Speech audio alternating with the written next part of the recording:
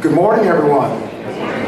Okay, all right. We'll try one more time. Good morning, everybody. Good morning. Good, I appreciate you coming by. I assumed that we were going to have somebody from Maryland Washington Minority Contractors Association either facilitating or kind of leading the discussion. And that being said, I'm going to go ahead and step up to the plate and get us going. My name is Courtney Phillips. I'm the Director of the Minority Business Enterprise Program for the Maryland Department of Health and Mental Hygiene. As many of you may know, we do over $1 billion in procurement every year. We do about half of that with certified minority-owned businesses. And we do have one dirty little secret. We are still counting nonprofits until fiscal year 15. So in reality, we probably do close to about 12 or 13% with ethnic minority-owned businesses or women-owned businesses. So those numbers are somewhat skewed. But that being said, there's been a tremendous opportunity over the last few years, particularly in the area of IT, and obviously with the health exchange coming on board. We think healthcare. I've spent the last 20 years representing minority businesses, defending state and local jurisdictions from legal challenges with respect to the Minority Business Enterprise Program.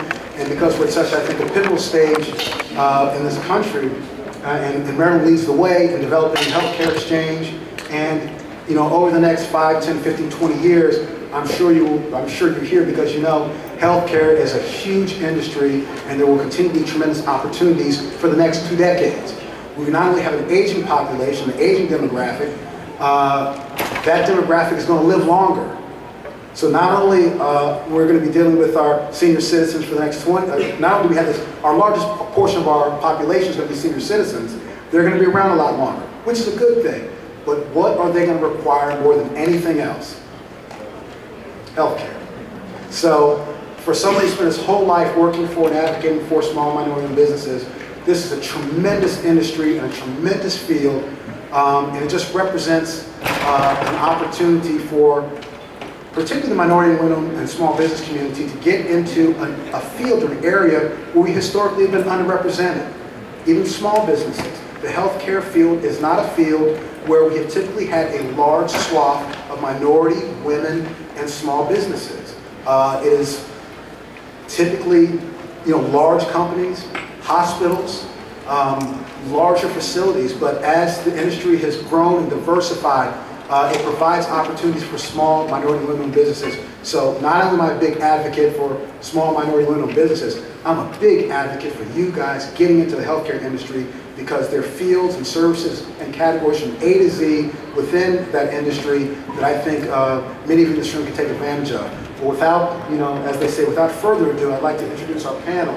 And, I kind of got these guys together, and I always refer to myself, I won't tell you what I refer to myself as. Luckiest idiot in the world is how I refer to myself. But I got some folks here that I think can provide some insights, some unique perspective, even different perspectives amongst themselves on the industry, and they were kind of specifically selected because they're really smart, they're very knowledgeable with respect to the industry, and again, they come from kind of different areas within the industry that I thought would be helpful. And not just areas, but I mean perspectives. At the end, we have Michael Howard. Michael Howard is the Assistant Director for Procurement for the Department of Health and Mental Hygiene. And I think you'll say, well, he looks fairly young. Well, he is fairly young. Fairly is a good word. But he's Assistant Director for Procurement. And we're talking about an agency that does over $1 billion in procurement. He's a tremendous individual. He comes to us from the Department of Budget Management. I'm pleased not only to say Michael is a colleague, but I'm glad to have him here. He can talk a little bit about DHMH's procurement process and opportunities for minority and women-owned businesses. Next to him, Ms. Monrovia Jackson. And unfortunately, I probably should have had these wonderful folks' resumes, but I'll give them an opportunity to kind of let you know who they are. She comes to us from Computer Sciences Corporation, which I believe, Michael, is our largest contractor, or I should say, has our largest contract? Has our largest contract. Okay. They are heading our Medicaid restructuring project, better known as MERP. It's a 5-year, $172 million contract, and I'm pleased to say that contract has a 25% minority business goal, which represents $44 million. And with modifications and change orders, which I'm sure CSC's got coming, that will also be applied to that minority business goal. So even the contract size increase, that means the dollar amount for those MBEs will be increased. They're meeting that goal, and I'm very proud to have Ms. Jackson here, and she'll talk a little bit about CSC and what she sees maybe niches for small minority-owned businesses based on her experience, obviously one of the largest and most tremendous companies in the world. Next here, Terrence, please forgive me, Terrence Carney. Terrence Carney is from Lightbridge Health. And is that correct? Yes. And I'll let him tell you a little bit about himself. But I came across Lightbridge because Lightbridge made a concerted effort to reach out to small and minority and women-owned businesses. When I say concerted effort, I mean a real tangible effort to reach out and be committed to that. And it struck me because, not to say that you don't have a lot of folks doing that, you've got even more folks saying they're doing that. Lightbridge actually did it and is doing it.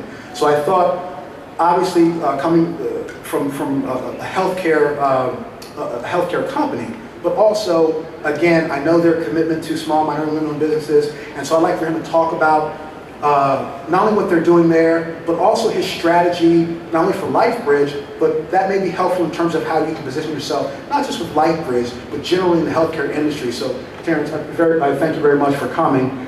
And last, but certainly not least, Roger Lewis. Roger Lewis has the fun task of being one of the procurement officers at our famous Maryland's Healthcare Connection, the Healthcare Exchange. You may have heard about it in the news. We've got this new thing going on called Healthcare Exchanges across the country, and he is on the ground floor, which must be an amazing experience to say the least. So I'll let him tell you a little bit about the Healthcare Exchange and talk about from that perspective. Obviously, it's a new entity, so they're doing a lot of things for the first time. They're getting a lot. So that means not a lot of incumbent contractors. Okay, so again, I'm going to shut up and allow these folks to talk a little bit about what they do and how they can help you with opportunities in the healthcare industry. Okay, thank you.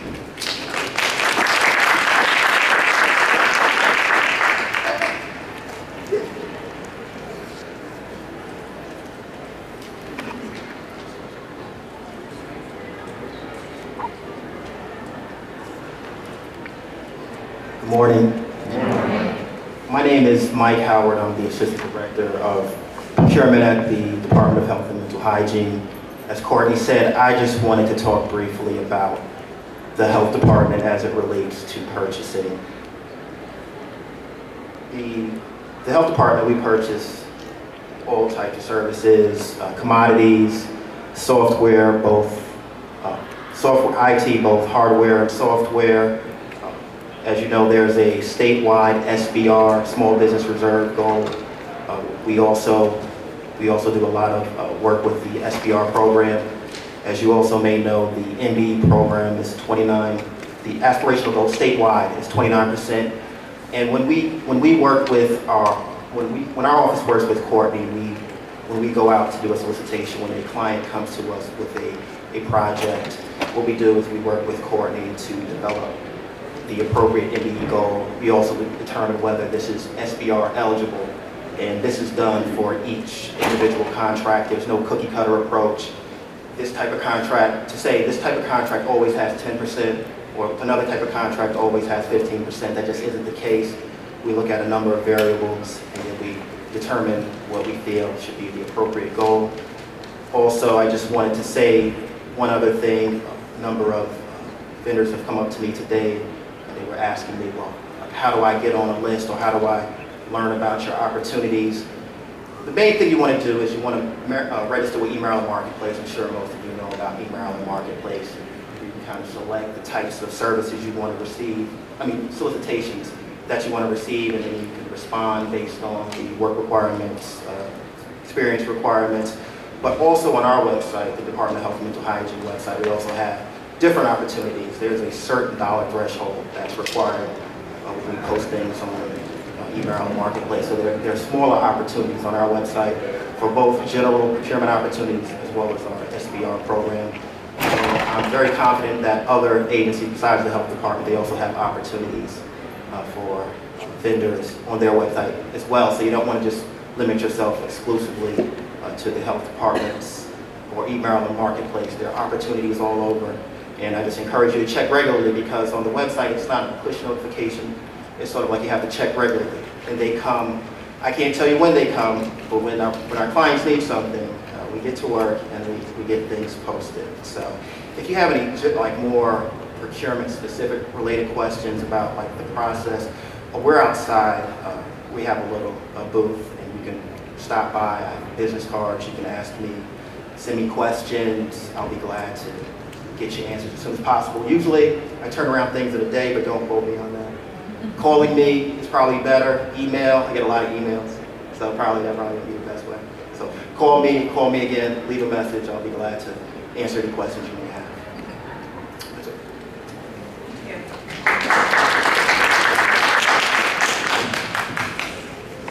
I'm 4'11". So podiums tend to kind of consume me. I'm Monrovia Jackson. That was probably TMI, right? I'm from CSC, Computer Sciences Corporation. For those of you who know Computer Sciences Corporation, we are a $30 billion company offering IT services that go from end to end, from the beginning development all the way to the delivery of the services. I am here as, I'm really a service delivery manager. That means I manage the infrastructure. I'm building the infrastructure for the MMIS3 system, or the Maryland restructuring project that we're going on now. But I also have been recently appointed to be the Minority Business Enterprise Liaison for our contract. And so I'm newly into the position, but I want to tell you what I've learned so far. We do have a 25% goal that we have to meet. Mr. Phillips is making sure that we meet those goals. We have plans that we have put in place with some partner companies that we already have. However, as he stated, we are doing some change requests. They're coming down the pike, and we will need to expand those. What I've learned so far with the companies we're working with so far in the couple of weeks is that we have IT development positions, we have call center positions. We're the people that you're gonna call and say, hey, my Medicaid claim needs some processing, can you please help us? And so we're going to have a call center right in Baltimore, Maryland, that is going to facilitate those requests and those claims. We also have scribes that we provide. So we have a full spectrum just on the MMIS3. Administrative assistants, IT developers, webmasters, all of those skills that we use to develop the application that will be used to facilitate the Medicaid system in the state of Maryland. I'm going to say this to you though. One of the things that we're finding as we're starting to see gaps between the plan and the actuals is that we need to make sure that we're providing qualified candidates. Candidates that when we send out the requisition, you send us back somebody who is actually qualified to do the position. And when you sign up with a company like CSC or another big company, when they give you a target of $1 million or $2 or $3 million that you're going to meet, that you actually have a plan that you're going to do to make sure that you get those positions in your company, so that we don't end up with a gap, and then I don't have to go and explain it to Courtney and team of, oh wow, we have a little bit of a gap here, and we have been working with company XYZ to make sure that they meet their goal, because we want to help you. That is our mandate. He doesn't say it's just a goal. We have a mandate to make sure your business grows. That's why you're in the MBE program, so that you grow and you expand. So for some of our companies, we have, for like one of the companies, we've opened up a relationship with them and Oracle. So we have paid for them to have a partnership with Oracle so that we can actually help them expand their business. That's our mandate. That's what they're requiring us to do. So as you enter into these agreements and you're in the RFP process, when he was talking about procurement, that happens. This was bid in 2010, awarded in 2012. So the people we're working with today were in the mix in 2010. And now 2012, they're actually starting to get their work. Now that they've gotten the work, because it took 2 years to get that bid through, now we have to go and revisit the plan to make sure that you still provide the same services you used to. You may have been a IT company and now you're a staffing company that does, only scribes. Well, then that means you're not going to be able to meet that goal. right? Because we need IT people. We don't necessarily need scribes all the time. Does that make sense? So with that being said, when you enter into these partnerships, that you make sure you have a plan and that you make sure you hold us big companies, right, to the plan that you all agreed to, and that you got all that right. Does that make sense? So that you can be successful and meet your goals. I am here. I don't have cards because I'm only 2 weeks old in this position, but I will share my information with you so that you can ask me any further questions that you may have.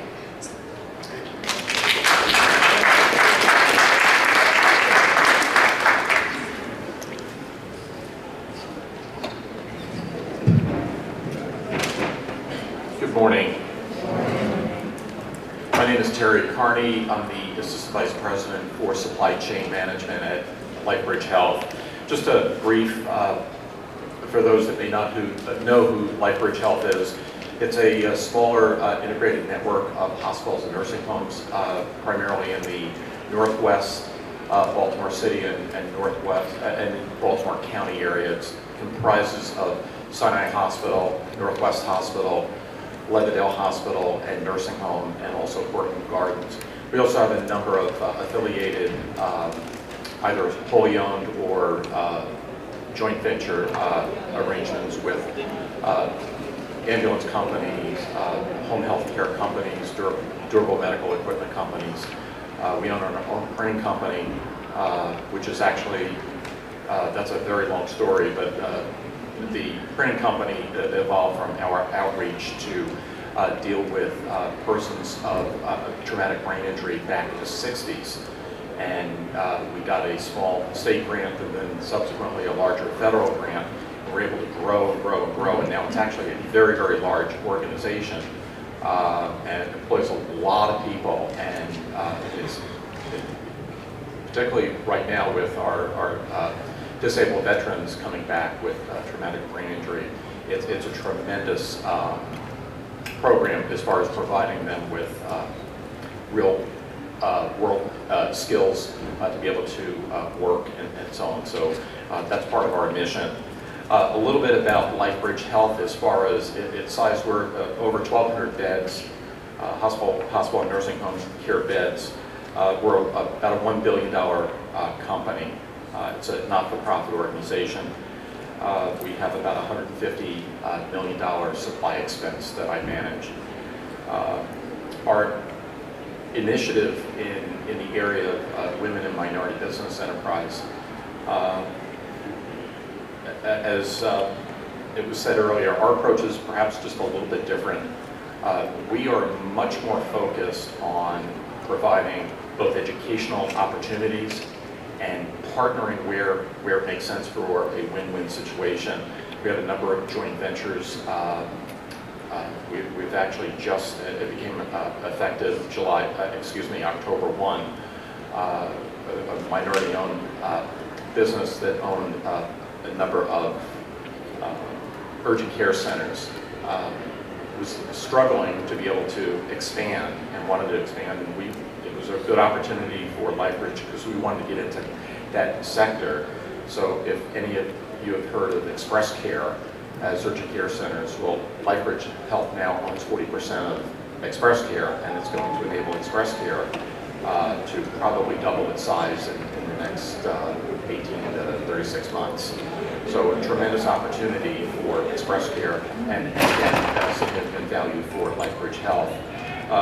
We have another joint venture with a minority-owned energy company, it's an engineering company that focuses on energy and renewable energy and so on, known as Fifth Energy.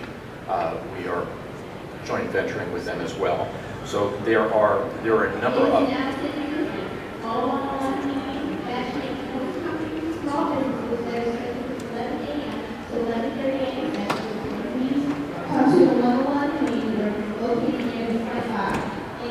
You're welcome.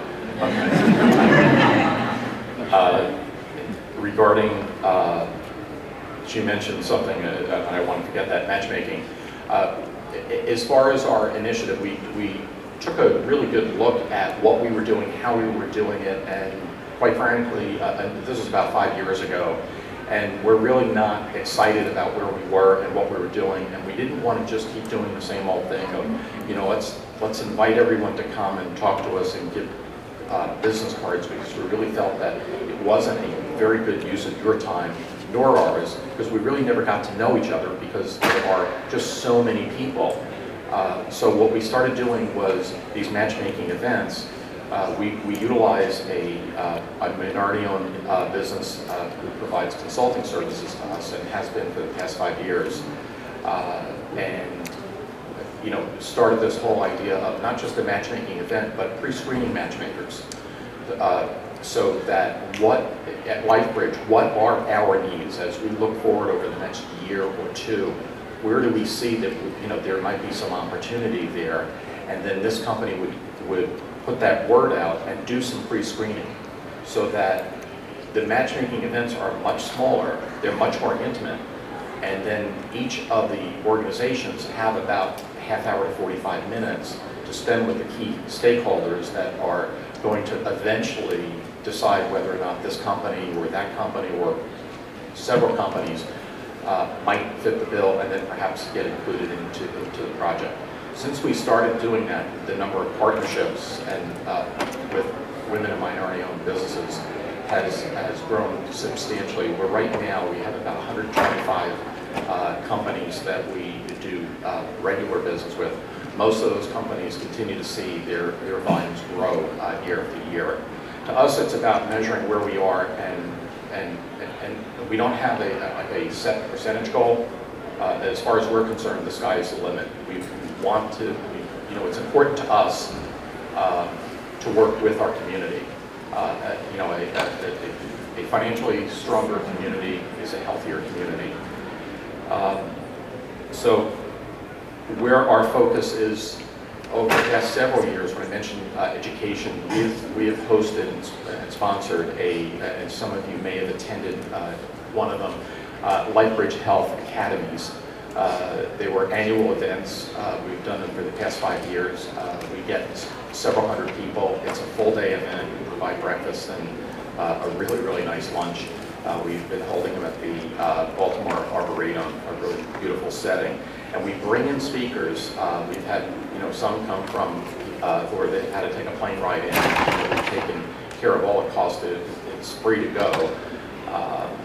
This year, based on feedback over the last couple of years, we made the decision that we're going to try something different this year. And instead of doing one event, which is this big grand event, is that we're going to do perhaps 10 or 12 smaller events. And what they will be is they will be focused on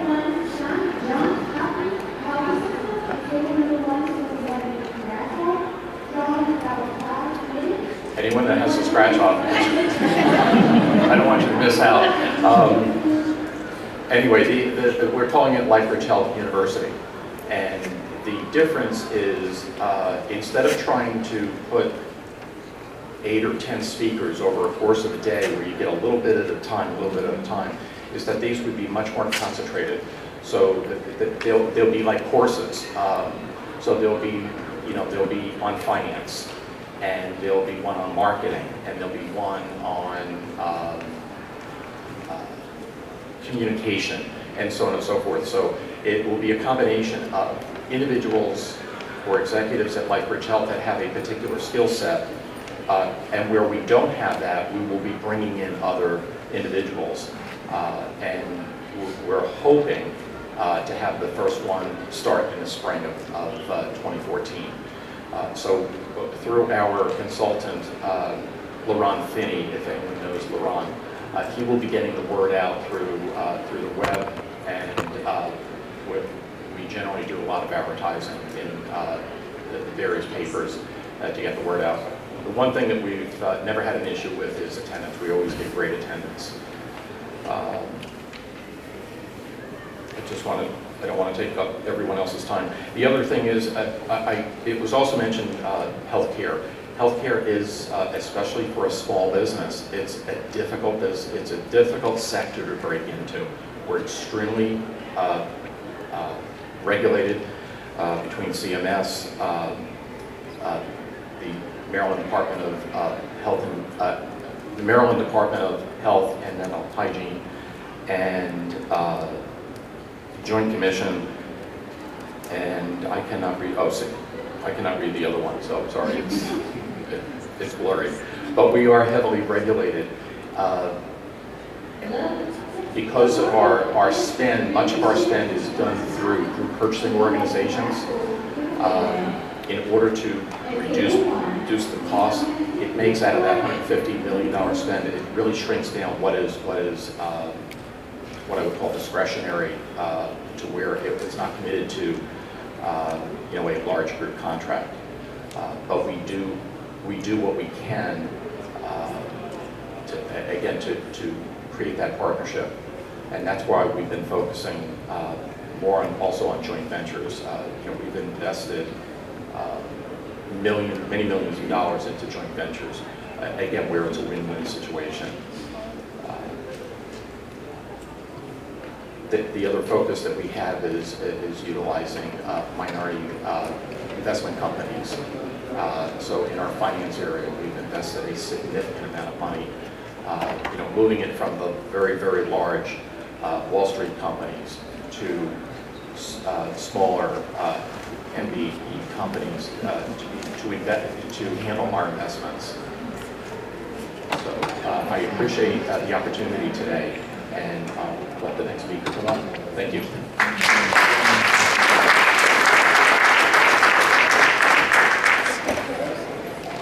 Good morning, everybody. I promise I will be brief. Who here hasn't heard about the Maryland Health Benefit Exchange? Okay, I guess everyone's pretty much aware of what's going on. We are working in partnership with the Department of Mental Health and Hygiene, Maryland Insurance Administration, and the Department of Human Resources, and our statewide stakeholders. We're a state-based health insurance exchange. We opened up for business October 1st, and for the small businesses, we will be open in January. And before I forget, I brought a few brochures. Those are for individual enrollments. As you know, we are going through enrollment right now. It was just warm. I'm not. Our goal is basically to make health insurance affordable and accessible for all of the Maryland residents. That's approximately 800,000 individuals, 14% of our population, 5.8 million residents. And you can obtain information on our website, marylandhealthconnection.gov. We're a small agency. We have about 70 employees. I'm a small fish compared to these big fish over here. We're located on 750 East Pratt Street, 16th floor, right across from the Inner Harbor. For those that are familiar with the Constellation building, some people may know Shirley's Place. That's the building in which we're at. A lot of our procurements right now are focused IT-related procurements, more so with consultants, senior program advisors, business analysts, network engineer types. We are pretty busy right now utilizing them, as you may expect. We post on our website. If you actually Google our website, Maryland Health Benefit Connection, look for the update Dropbox procurements. You will see what our current procurements, our awarded procurements, we have quite a few, our closed solicitations, and we also post on eMaryland Marketplace and strive for the 29% WBE small business goals. I think I'm done, unless there's any questions. Thank you for your time.